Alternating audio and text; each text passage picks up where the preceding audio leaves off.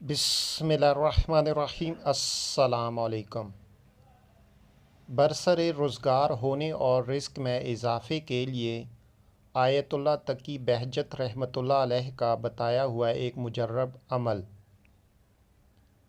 آیت اللہ بہجت رحمۃ اللہ علیہ فرماتے تھے کہ ایسے افراد بے روزگار یا ناکام یا جن کو بار بار نقصان ہو جاتا ہو، اگر وہ کثرت سے استغفار کرے اور پھر بھی نتیجہ برآمد نہ ہو